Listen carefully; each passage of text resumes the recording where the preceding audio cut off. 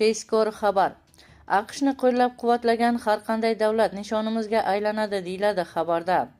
Assalomu alaykum qadrli tomoshabin, kanalimizga xush kelibsiz.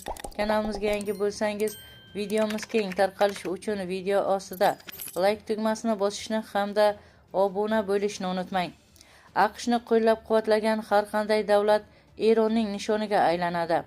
Bu haqda kecha 25-iyul kuni Islom inqilobi qo'riqchilari korpusi ichki ishlar qo'mondoni kapitani, generali va tashkilotning rasmiy vakili Husayn Mohebe ogohlantiruvchi bayonot bilan chiqdi. Bayonotga ko'ra, Eron hududiga zarba berishda AQShga yordam bergan har qanday mamlakat Eron raketalari uchun qonuniy nishonga aylanadi. Bu ayniqsa Buyuk Britaniyaga tegishli bo'lib, ichki ishlar qo'mondoni kapitani Eron raketalari Britaniya oroligacha yetib borishi mumkinligini alohida urg'ulagan. Shu sababli London o'z harbiy bazalarini Amerika samolyotlari uchun ochmagani ma'qul. Shuningdek, Fors ko'rfazi monarxiyalariga alohida ogohlantirish bergan. O'tgan hafta AQSh prezidenti Donald Tramp dam olish kunlarida amerikalik harbiylar halok bo'lganidan keyin Erondan qasos olishga va'da bergan. So'nggi bir hafta ichida Tramp Eronda nishonga olinayotgan obyektlar ro'yxatini energetika, inshootlar va ko'priklar hisobiga kengaytirish bilan tahdid qilib keldi. Ma'lumot o'rnida 1949-yilgi urush paytida aholining hayoti uchun muhim hisoblangan fuqarolik obyektlariga hujum qilishni taqiqlaydi.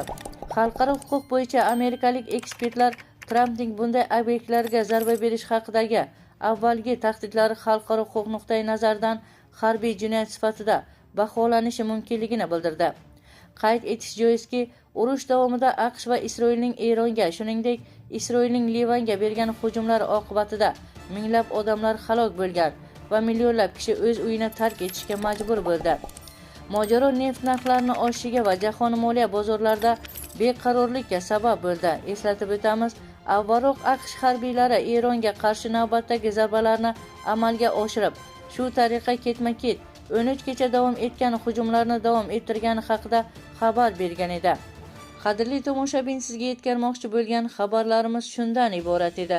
Shu va shu kabi xabarlarni o'tkazib yubormaslik uchun video ostida like tugmasini bosishni hamda obuna bo'lishni unutmang. Bizni qo'llaganlarni Allohning o'zi qo'llasin.